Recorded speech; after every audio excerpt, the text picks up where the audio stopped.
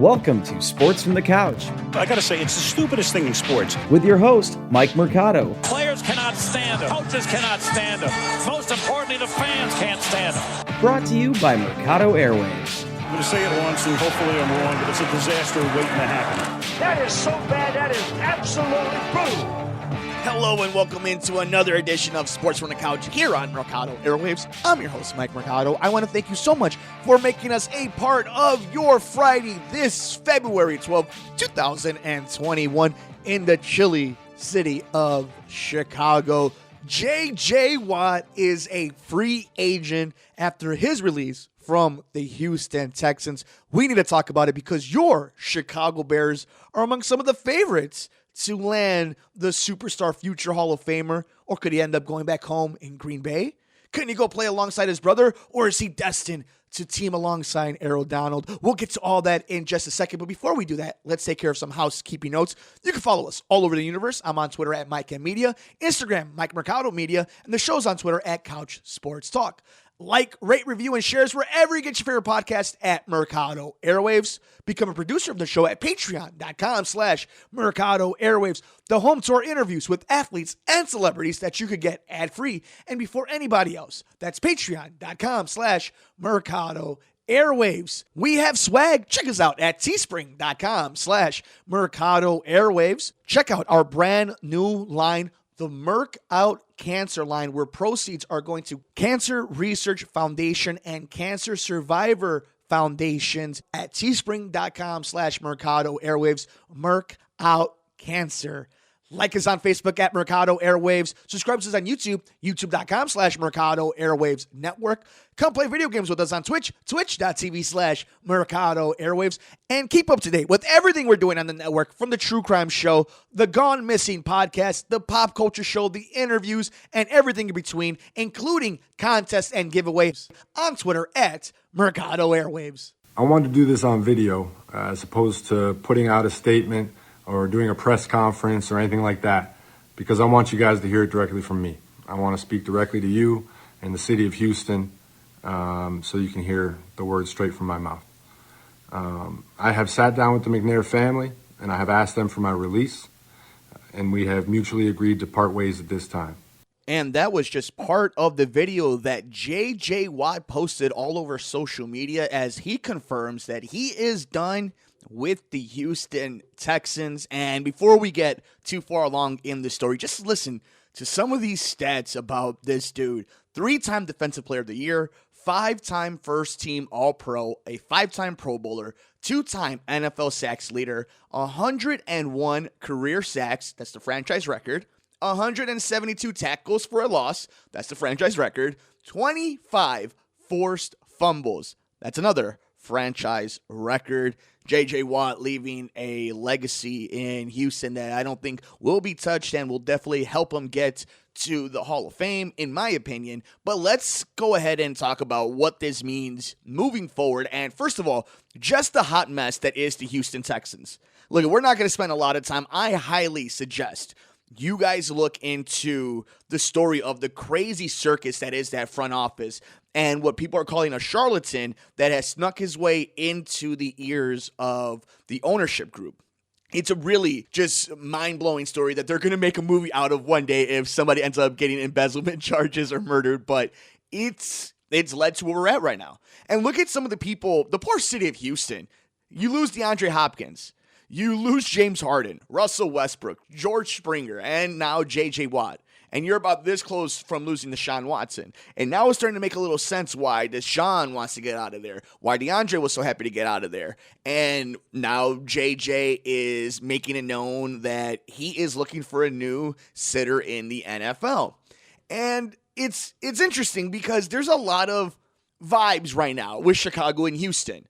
You have a lot of Bears fans that are just clamoring and praying and sacrificing whatever it takes to see Deshaun Watson as a Bear. I get it. You can't go back. Our time has come. It's over. Let's go Bulls. Shout out to Bill Murray and Space Jam. You're not getting Deshaun Watson. And then there's this constant little underlying tone that people have been talking about for a few weeks now of maybe J.J. Watt. Maybe you just invest as much money as possible on that defense, the offensive line, get a couple little what you would call journeymen. It's not the NBA, but it's some bodies that are professionals, and then you get a quarterback, and hell, let's go for it. Let's be a veteran team. But he's that guy that's been kind of showing up a lot, is J.J. Watt to the Bears. But I think Chicago fans have this very narrow view of the entire National Football League. I mean, let's look at some of the options J.J. Watt would have. And let's imagine first that the Bears do have enough money that they can make this move and it would be a logistical, smart decision for them, okay? First of all, his brother plays in Pittsburgh, a good team that could win a championship right now. You think J.J. Watt's leaving Houston to go somewhere where he can't win a title? You think he needs to make more money? The man's got Subway money. You know what I'm saying? Like, he's trying to win a ring. A lot of veterans. You've seen it with Wilson right now. A lot of veterans are, after seeing what Tom Brady did, they're like, no. We need to be able to control this. We need to be able to have our hands at least somewhat part of this developmental process if we're going to actually make a real run at this. Pittsburgh seems like a great opportunity. And it has all the making, right? Big free agent signing, a quarterback at the end of the run, a bunch of star receivers, skill players, a coach that needs to get back on the winning track, a marquee franchise. Makes all the sense in the world. You have the Tampa Bay Buccaneers, a team that's going to try to run it back. And you know how highly I thought of that offense. I loved Chris Godwin. I loved Mike Evans. I loved Cameron Brake. I love O.J. Howard when he's healthy. Leonard Fournette, Ronald Jones. And then obviously you bring in Tom Brady. I was really high on this offense, especially when they started getting on a roll. That defense obviously had to play one great game. They played okay and to really good this season, but they needed one great game. When they needed it the most, they did it. That's what we're always talking about with the X factors, how Travis Kelce is always an X factor for Kansas City.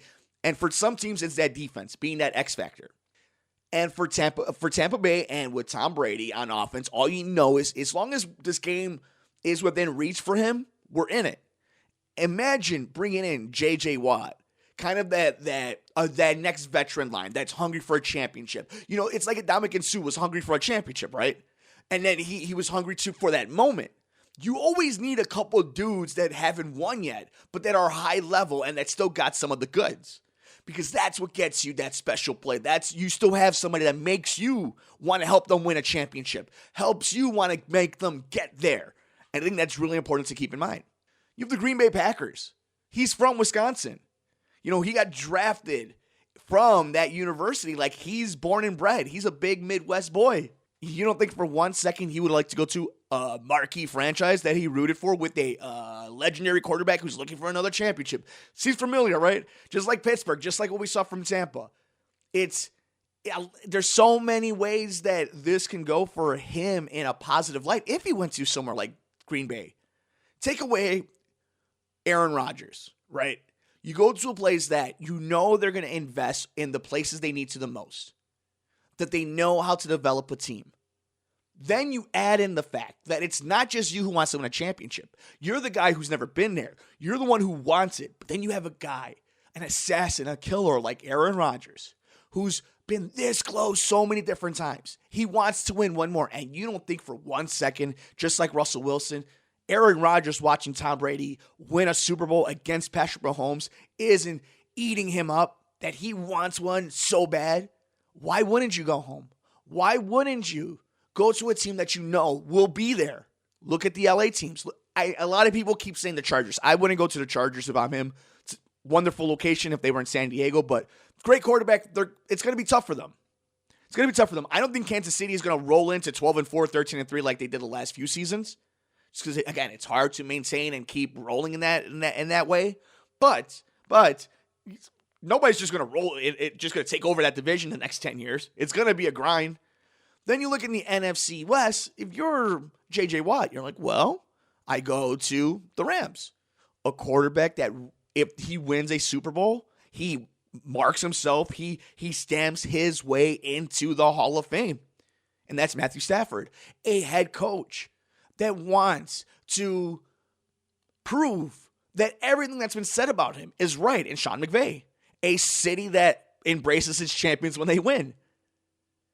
Then you get to play alongside Aaron Donald and a very stacked in names and in performance team in that defense.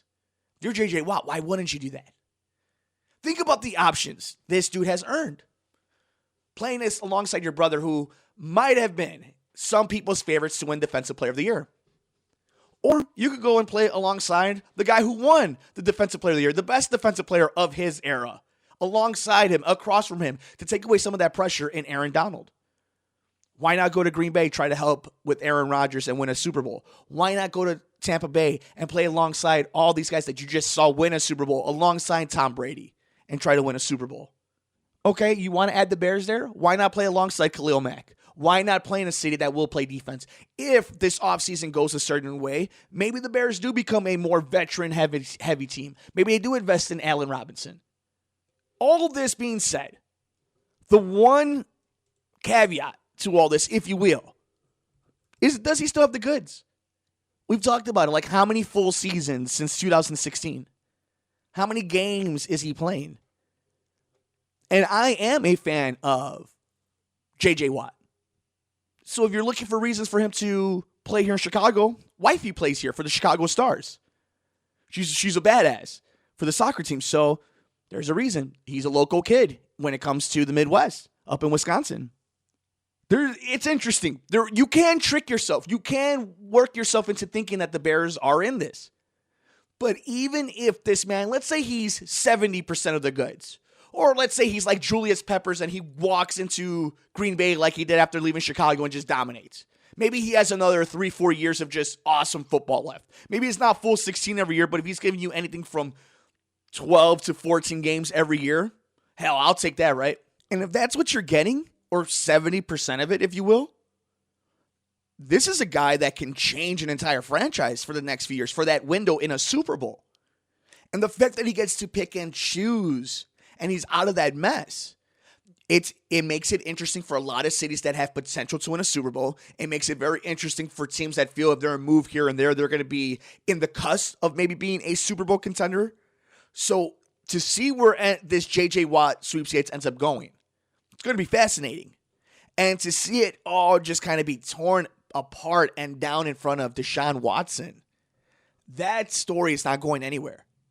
And that's another thing. So the J.J. Watt thing, we'll get back to in just a second because I want to take some of your comments that you left all over the universe on Twitter at Mike M Media, Instagram, Mike Mercado Media, and the shows on Twitter at Couch Sports Talk, and on Facebook at Mercado Airwaves.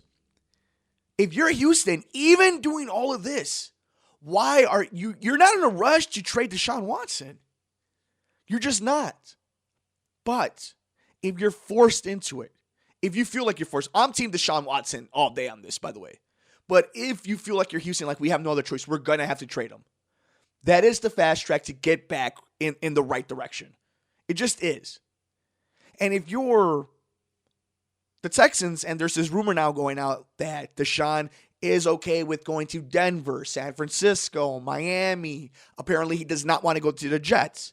So there are teams to work with. But if you're Houston, like I understand wanting to keep him. I understand because there will be a revolt on your team. But who are you placating to now? Think about that for a second, okay?